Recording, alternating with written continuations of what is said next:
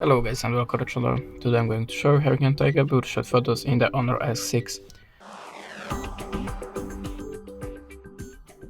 So let's start, open the camera up, and now in the photo section you don't need to do anything, just hold the finger on the shutter button and wait a second.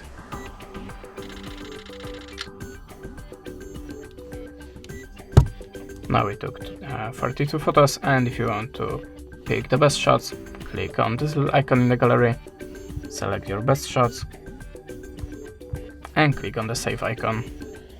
Now decide that you want to save only selected photos and delete them all, or just save all.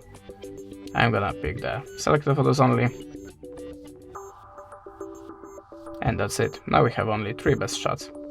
Thanks for the watching, leave us a subscribe, a comment, and goodbye.